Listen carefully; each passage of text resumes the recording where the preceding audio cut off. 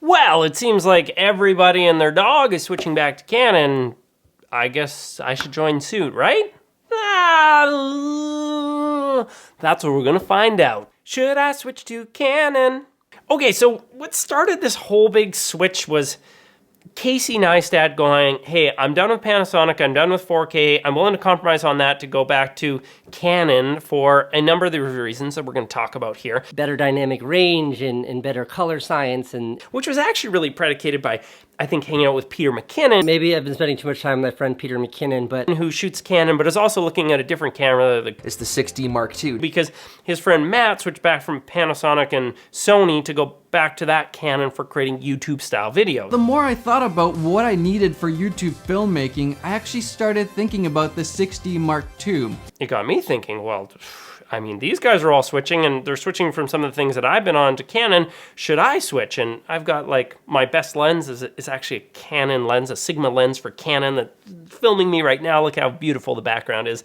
And I'm like, I could just buy a body and put this lens on and then maybe swap some things out and I'm trying to go, let's take the emotion out of this and let's talk about what makes a good camera for creating YouTube-style videos. And when we say YouTube-style videos, what that really means is videos where you are shooting yourself. You are both the camera crew and the presenter. It's a one-man crew. And so there's some key features that are going to make this easier and better, and some of the requirements we need for a camera. So let's just talk about a few of those things. So like one is autofocus. When you're filming stuff by yourself, and especially when you're filming yourself, you want to think about, right now, me presenting to the camera, not having to worry and look at my screen to go, is my face in focus? Okay, yeah, good, we can keep going.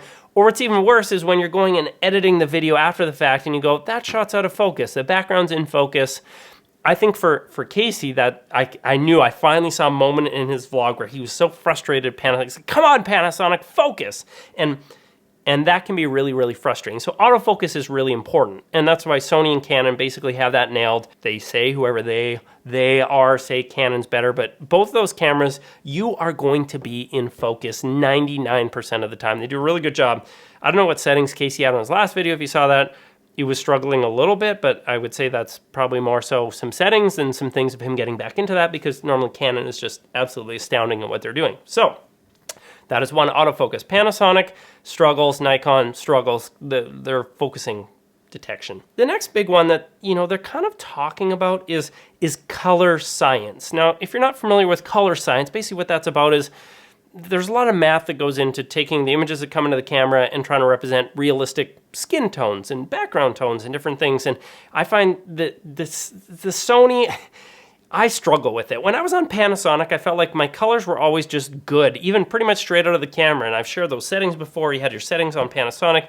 I'd bring them in, I'd do a couple of tweaks, and I was happy with the way that the footage looks. If you went back and looked at my previous 5 or 6 videos, you would see the color grading, correcting all over the map, because even after, I don't know what it's been now, 6 months, I'm still always trying to tweak and figure out, how do I get this thing to like look punchy but natural? And I struggle. Like, I really, really struggle. And I've gone into creating my own custom picture profile, which is what I'm shooting on now, that has gotten me closer. But when you talk about speed, which I think is also important to creating these kind of YouTube style videos, is you want to be able to shoot, edit, publish quickly, because this isn't a 9-month project to create a feature film. You're trying to create almost, especially like for daily vlogging, stuff to be able to happen quickly. And when you're constantly having to mess around with the colors, or feeling like you put all this work in and like it kind of looks funny at the end, or if you're trying to make it really punchy that then suddenly your skin tones look kind of ugly and you're like really orange or you're really pink or it's too green, or that can be really frustrating. And that's something where Canon has that nailed. And when you're filming yourself especially, you don't want to like look orange or you don't want to look green. You just want to feel good about what you're doing. And so that's a big part of what they're talking about. Color science is both the speed for color correcting, and also if you're not like an expert color corrector, which I am by no means any good at this, it's just not something I've put a ton of time into, I find it really, really frustrating. For that reason, it's got me thinking about it, because I know after I film this, I'm going to go in and I'm going to take it and I'm going to be tweaking colors for a while to try and get to something that I'm happy with. And that's something Canon's really good at. So it helps with speed. The other side of speed is 4K. Now, I like 4K. I have a 4K monitor that I can watch 4K on. I also think my iPhone 10 and some of the newer iPhones, they don't do quite 4K, but they'll do 1440p in the app, which is, you know, better than 1080. And it looks wonderful. Like, I really like the way that 4K looks. It's so sharp. It's really crispy. It's good, but it is also much slower to be able to edit with. And so that's why, you know, for them, especially if you're doing daily vlogs, I've done a video on this before where I've said, you know, you don't need 4K to start vlogging. Story is so much more important. And even for me, if I had to pick between how a 120 frame per second slow motion 1080p clip looks versus a regular speed 4K clip, well, like, I love the way that slow motion looks. Like, that feels more cinematic to me than having a really crispy 4K clip. So it's still, it is about story. And so do you need 4K to tell a good story? No, you don't. You don't. But 4K is really handy for some things. Like, I mean, even these tech videos, I like putting them in 4K because you can put them in. 4K is also nice if you're shooting interview style videos because you can shoot like a wide shot and then you can punch in, or you can fake a pan, or do slow pushes and other zooms and still keep like full 1080p quality on the other side. So 4K is nice and handy, and if you're doing some professional work, there are times where it's needed, not even just for shooting in 4K, but for some of those previous reasons that I mentioned. And so for that reason, I like having 4K. That's why I stuck with Sony and didn't go from Panasonic back to Canon. I wanted the 4K.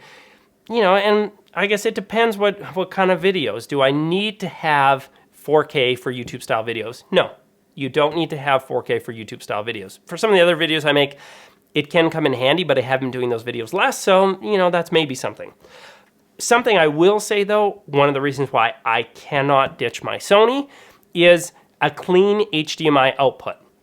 What this means is that this Canon, when you plug in the HDMI output, will output to any device with no icons on the screen. Whereas something like a Canon 80D or a T7i or any of the cheaper bodies, I'm not even sure if the 60 Mark II, which is a big full frame camera, more expensive, I'm not sure if it'll output a clean HDMI signal.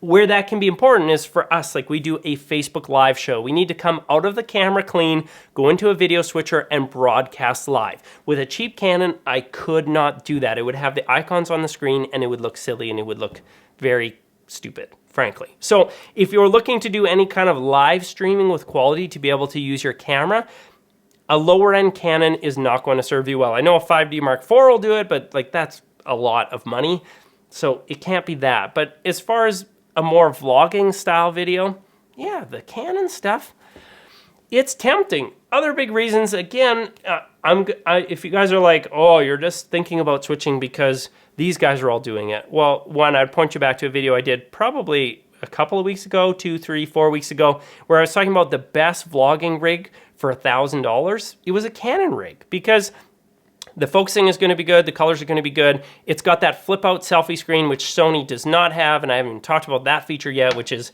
you know, it is incredibly important when you're filming yourself to be able to see yourself. In the case of a studio environment like this, I've got a monitor here that I come out the HDMI and I can see myself and frame it up. So it works for that. But if you're out there vlogging and doing that, so important. Plus, Canon lenses are just cheap. They're just way cheaper.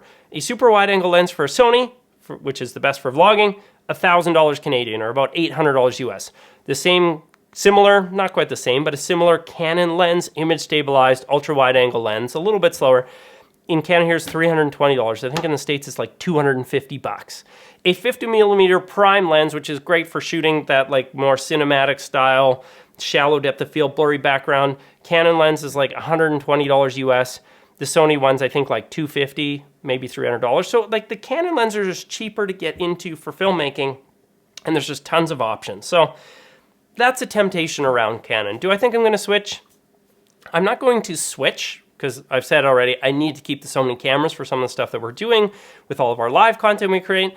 But some of me is tempted to see if I couldn't pick up a deal on something like maybe a 77D, like a crop sensor Canon with a cheap vlogging lens that could still shoot some nice stuff. 120 frames per second on my Sony is very, very nice for that ridiculously slow motion, but 60 frames per second, I've done that before. I don't know. It's kind of tempting. I'm curious what your guys' reactions are to this, of what you've been hearing and what you've been thinking, and it's this ever-evolving world of technology, and people find different needs. If you're actually getting into vlogging, I don't think Sony is a realistic option unless you're just going to use an RX100 Mark V and not worry about good audio, because none of their decent cameras have flip out screens where you can see yourself. The A5100 does, you can't put a mic on it. It's kind of lame. Panasonic, you're missing out on the good focusing, which I think is a pain. Again, you still make it work. I made it work. But Canon's a really nice option for being able to do that. So, I don't know. This video is basically to say nothing. It's just to walk through the reactions, be able to talk about that, and to open it up to you guys for a little bit of discussion about how do you feel about that. Are you one of those people who you feel immensely loyal about certain brands of cameras, or I would say you're more like me where I'm like, I don't care what the brand is or the name is on it, I just want it to work. Now, I like Panasonic. I have a partnership with Panasonic on the media side, being able to try out their stuff, so I really like them, but their focusing doesn't work for what I want. I really like Sony. Sony's cool. They make some good stuff. I struggle with the colors, and I want a screen that I can see myself with. Canon, I like them. I wish they would just offer 4K in a camera, and they probably will in the next 12 months, but they don't have something right now, but they do a lot of things really well. So, you know, they're just camera brands. Nikon, for a whole bunch of other reasons. You're into photography, great. Video, no. I'm Justin. I'm confused. I don't know what to do. I've just been doing more vlogs lately, and I really enjoy the vlogging element.